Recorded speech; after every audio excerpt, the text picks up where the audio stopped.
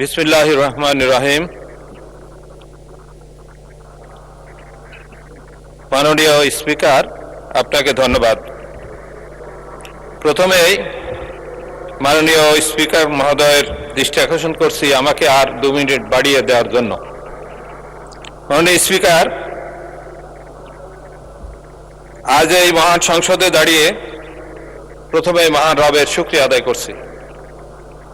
সাথে সাথে আমার নির্বাচনী এলাকা 76 কুষ্টিয়া 2 মিরপুর ভেড়ামারার জনগণ এবং ভোটার যারা আমাকে ভোট দিয়ে এই সংসদে পাঠিয়েছেন তাদের ধন্যবাদ এবং কৃতজ্ঞতা জানাচ্ছি।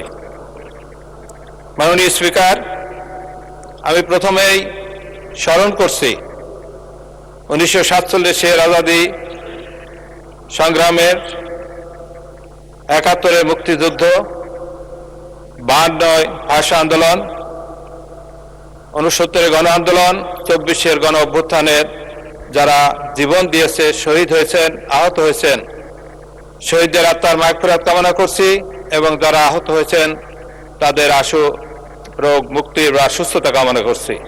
মাননীয় স্পিকার, আল্লাহ তাআলা একটি কথা বলেছেন, লিমা তাকুলুনা মা লা তাফালুন, কাবুরা মাকতান ইনদাল্লাহি আন তাকুলুনা মা লা তাফালুন।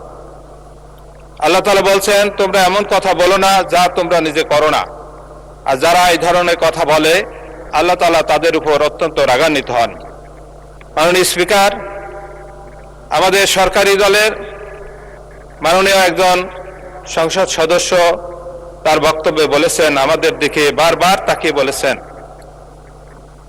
জুলাই অভ্যুত্থান শুধু 1 মাসের নয়, দীর্ঘ 17 বছরের আন্দোলনের ফসল। নিশ্চয় আমরা এটা স্বীকার করি।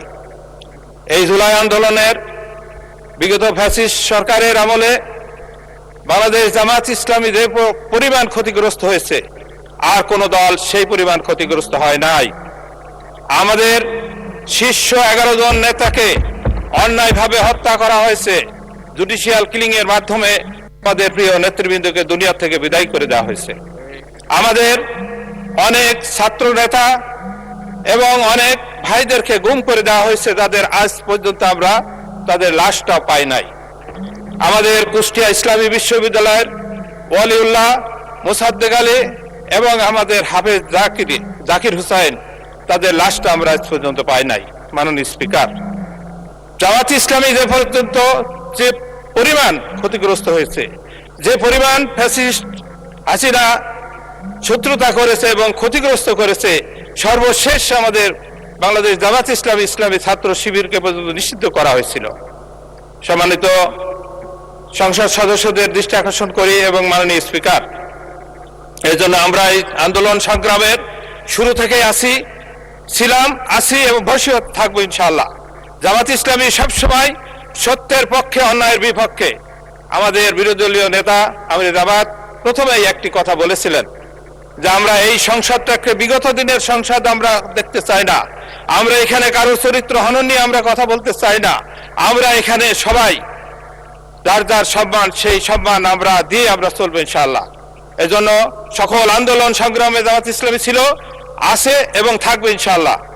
সম্মানিত মাননীয় স্পিকার, আমার এলাকার কয়েকটি বিষয় আমি সংক্ষেপে কথা বলতে চাই। আমার এলাকা নদী ভাঙন, এখানে পানি সম্পদ প্রতিমন্ত্রী আছেন কিনা জানি না, গত 3 তারিখে উনি আমার এলাকা সফর করেছেন। সেইখানে আমার এলাকায় নদী ভাঙন, পদ্মা নদীর পাশ দিয়ে আমার 6টা ইউনিয়ন পড়েছে, তার 2টা ইউনিয়নের কাজ চলছে চলমান এবং আর 4টি ইউনিয়নের নদী ভাঙনের যে 9.5 কিলোমিটার আছে, উনি কথা দিয়ে এসেছেন যে অতি সত্বর এই ভাঙন রোধের জন্য প্রয়োজনীয় ব্যবস্থা নেবেন। আমি আশা করি মাননীয় পানি সম্পদ প্রতিমন্ত্রী দৃষ্টি আকর্ষণ করছে যাতে এই ব্যবস্থাটা নেয়, যাতে এই বছরে ভাঙন রোধ করা যায়। আমার এলাকায় স্বাস্থ্য খাতের চরম দুরবস্থা। স্বাস্থ্য খাতে আমার নির্বাচনী এলাকায় 2টি হাসপাতাল রয়েছে, উপজেলা স্বাস্থ্য কমপ্লেক্স। সেখানে রোগীর এত পরিমাণ চাপ, মাত্র 50 শয্যা বিশিষ্ট হাসপাতাল আছে, অথচ সেখানে প্রতিনিয়ত 3 থেকে 400 রোগী সেখানে অবস্থান করে। আউটডোরে প্রায় 1 থেকে 1.5 হাজার রোগী থাকে। সেই জন্য আমার হাসপাতাল দুটিকে 50 শয্যা থেকে 100 শয্যায় উপনীত করার দাবি জানাচ্ছি। পাশাপাশি আমার উপজেলা সহ সারা দেশেই নন এমপিও ভুক্ত শিক্ষা প্রতিষ্ঠান আছে। 20 বছর ধরে সেই সমস্ত প্রতিষ্ঠানের শিক্ষকরা মানবেতর জীবন যাপন করছে। তারা কোনো বেতন পায় না, কোনো সুযোগ সুবিধা নাই। এই জন্য তাদের অনতিবিলম্বে এমপিও ভুক্ত করে তাদের জীবন চলাচলের সুযোগ, তাদের পরিবারকে বাঁচানোর জন্য ব্যবস্থা করার দাবি জানাচ্ছি। সম্মানিত উপস্থিতি, আমার মাননীয় স্পিকার, আমার উপজেলা, আমার আসনে 4টা রেল স্টেশন আছে। আমার নিজস্ব মিরপুর উপজেলার একটি রেল স্টেশন, সেই রেল স্টেশনে আজ পর্যন্ত স্টেশন মাস্টার নেই। যে কোনো সময় দুর্ঘটনা ঘটতে পারে, হাজার হাজার যাত্রীর প্রাণ ঘাতী হতে পারে। এই জন্য সেখানে স্টেশন মাস্টার এবং সকল স্টেশনগুলিকে আধুনিকায়ন করার জন্য আমি 2 মিনিট সময় বৃদ্ধি করা হলো। দেওয়ার জন্য অনুরোধ করছি। মাননীয় স্পিকার, স্বাস্থ্য মানুষের মৌলিক অধিকার। সেই মৌলিক অধিকারের ক্ষেত্রে আমরা মনে করি প্রত্যেকটি সরকারের এটা দায়িত্ব যে মৌলিক অধিকারগুলি আছে, খাদ্য, বস্ত্র, শিক্ষা, চিকিৎসা, নিরাপত্তা, বাসস্থান, এর মধ্যে সবচেয়ে প্রয়োজনীয় স্বাস্থ্য। সেই স্বাস্থ্য খাতকে আমি মনে করি জাতীয়ভাবেই আমরা অনেক পিছিয়ে আছি। প্রত্যেকটি জায়গার স্বাস্থ্য ব্যবস্থাকে উন্নত করার জন্য আমি দাবি জানাচ্ছি। সাথে সাথে আমার উপজেলার 2টি উপজেলা স্বাস্থ্য কমপ্লেক্সকে 50 থেকে 100 শয্যায় উন্নীত করে সেখানে প্রয়োজনীয় সংখ্যক ডাক্তার এবং অন্যান্য জনবল কাঠামো নিয়োগ দেওয়ার জন্য বিনীতভাবে অনুরোধ করছি।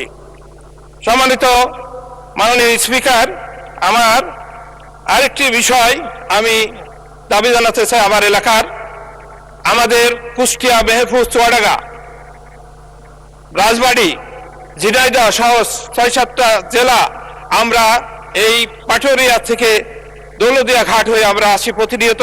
এখানে যে নিরাপত্তার ঝুঁকি আমরা দেখেছি, কিছুদিন আগেও একটি বাস সগর্বে নদীতে পড়ে যে প্রায় 27 জন প্রাণের আত্মঘাতী হয়েছে, প্রাণ গিয়েছে।